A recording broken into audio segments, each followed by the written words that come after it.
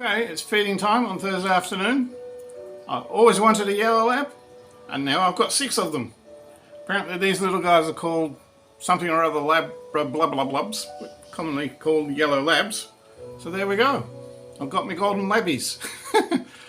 Went down to Moola Aquarium, got 5 littlies to go with my big popper, and I discovered that the ones with the little black fins underneath at the front are the boys, and the ones that have the yellow coloured fins at the front underneath are the girls. So I think I've got 3 boys and 3 girls now, which is possibly not the best ratio of male to female, but we'll see how we go. So there you are. I've just tried them on something brand new.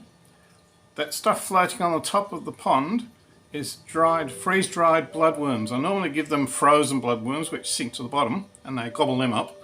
So I saw these at the shop today at Pet Barn, so I thought I'd give them a try and see what would happen, but these guys are obviously not top feeders. And you can see them sort of sitting on the bottom there, gazing longingly up at the top and wondering whether they should go up and get some or not. And occasionally one of them will swim about halfway up and then think, no, this is not for me, and goes down to the bottom again.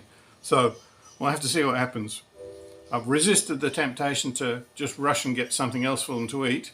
I'll give them some time and see if one of them goes up. I think if one of them goes up and samples it, that the others will follow pretty quickly, but it's just one of them having enough courage to go up to the top.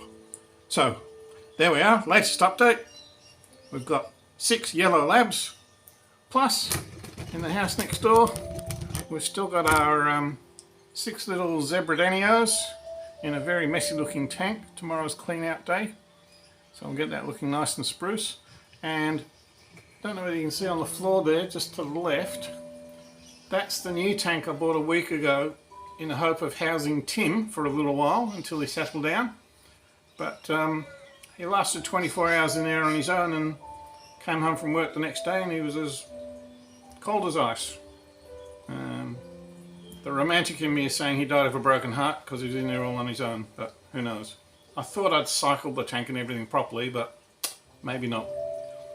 So I'm going to take it a bit more slowly, cycle it for a week, make sure everything's hunky-dory, and then the Danios are going to go in that 130 litre tank, and I'm going to get something like maybe some tetras or maybe some more cories, and take the single cory out of the pleco and cichlid tank and move him in there with 4 or 5 mates so he can have a little bit of a schooling life for the rest of his time with me, so he's not on his own, or her, whichever it is. So there we are, that's where we're at the moment in Fish World. So, just coming back to the main tank, the stars of the show. The 6 labs. I think you can see all 6 of them there. Oh, one's just poked back into the tank, into the rock. But apparently they're very cave-dwelling creatures, which is why they're always on the bottom, in the caves. So when I do the new tank up, I might then have a go at fixing up the cichlid tank. I've seen lots of examples online of nice big flat stones and pebbles and things making lots of basically little caves and hidey holes in the bottom of the tank. So I might get rid of all of that sort of pretend stuff and do something that looks a little bit more natural maybe. But that's a project for the future. For now they seem happy. They've been with me now for, let's see, I went and bought them at Morley Aquarium last Friday, so tomorrow will be the week's anniversary. So they've managed to get over the worst of it, which is probably the first 48 hours, and they're still going strong. So there we are, happy as Larry. Yay! Bye!